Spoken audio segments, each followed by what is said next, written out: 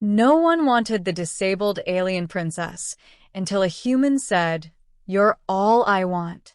The twin moons of Cerelia cast a pale lavender glow across the palace courtyard as Princess Ilara wheeled herself to the edge of the fountain. Her silver chair whispered along the stone floor, a sound she had come to associate with solitude. The other noble women danced in the grand hall beyond the arches, their laughter like crystal rain. But none of them noticed her absence. They never did. Ilara was born into the royal bloodline of Velsiri, a species known across the galaxy for their ethereal beauty and psychic grace. But at birth, her spinal ridges, an essential part of their neurological system, were malformed. The healers had done all they could. She could still speak, think, and wield her mind like the sharpest blade, but she would never walk. In Velsiri society, where perfection was everything, this made her damaged goods. Suitors once lined up in droves when her psychic potential was first discovered, but as word spread of her disability, those lines dwindled. Rumors followed. Whispers in the court. A fragile princess. Broken. Cursed. Her father, the emperor, never said it aloud, but even his eyes had begun to dim when he looked at her. Tonight was no different. The Festival of Radiance honored the binding of two spirits, the perfect time for noble houses to propose unions. But no one came to her. Again. She stared into the fountain's waters, watching the reflections ripple. Her violet eyes blinked back the sting of rejection. "Lovely evening for being ignored, isn't it?" came a voice behind her. She turned, startled. A tall man with short dark hair and a rough-trimmed beard stood behind her, hands behind his back. He wore no noble insignia, no house crest. Just a simple dark cloak and worn boots. A human. She frowned. "You shouldn't be here. This is royal ground." "I know," he replied calmly, stepping closer. "I'm Lieutenant Commander Elias Trent. Diplomatic escort. Got dragged along to your fancy moon party." Ilara tilted her head. "And you thought insulting a princess would be a good use of your time?" He smiled. "Not at all.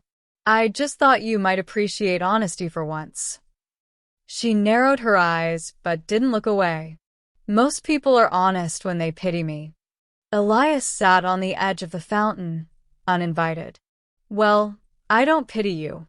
I've been shot, stabbed, and spaced out an airlock once. I know strength when I see it, and you're holding yourself together better than half the warriors in there." Something in his tone, unaffected, steady, unnerved her more than flattery. He wasn't here to please her. He was just talking to her. "Why are you really here?" she asked. He shrugged. "Because you looked alone. And so was I." Over the next few days, Ilara saw him again. And again. He didn't bring her flowers or trinkets. Instead, he brought stories. Of Earth's burning deserts and frozen poles, of battles fought not for glory, but for survival.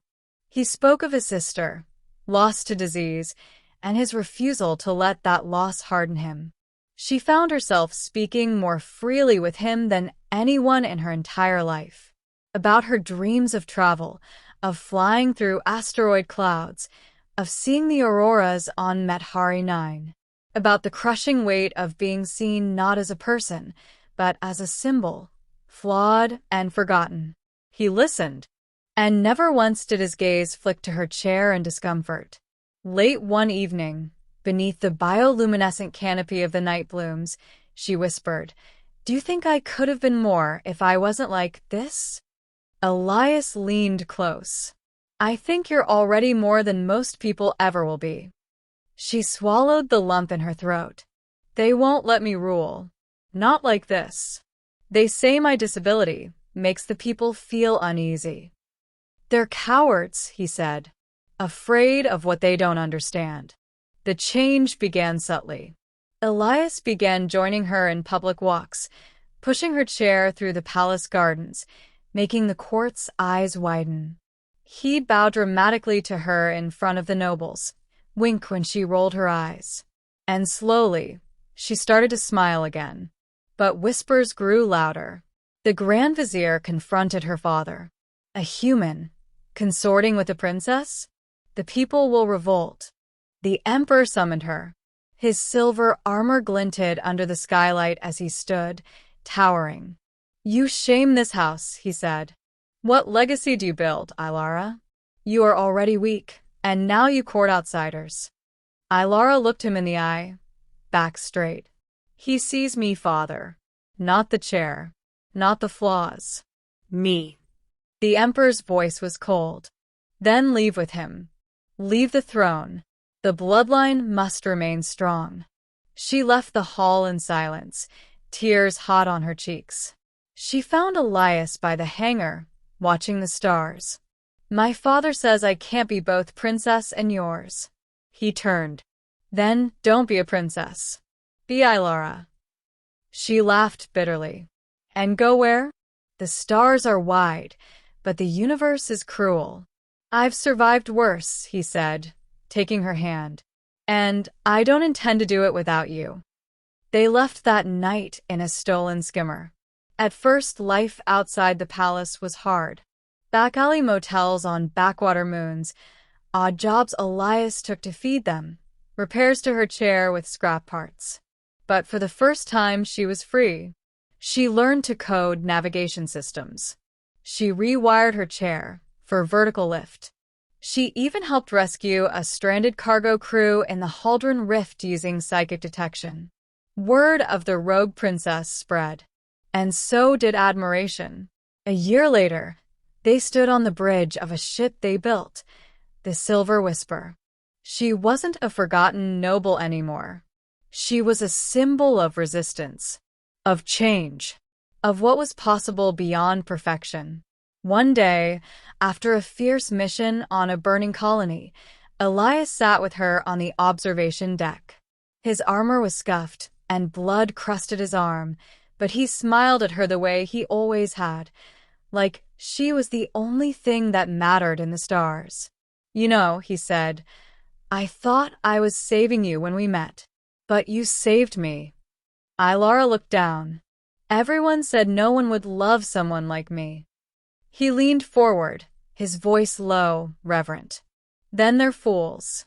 Because I look at you, and I see the strongest soul I've ever known.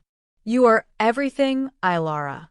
And if you'll let me, I want to spend the rest of my life proving it." She covered her mouth, tears streaking silently down her cheeks. "Elias." He took her hand, kissed her fingers. "Be mine." She nodded, unable to speak. When the news spread that the rogue princess had bonded with a human, Cerelia was divided. But it didn't matter. They built a new world together. A place where strength wasn't measured in limbs or lineage, but in heart. And every night, as they drifted through the void, she'd sit beside him on the deck, his arm around her, whispering softly, "I was once shunned, but now I am chosen."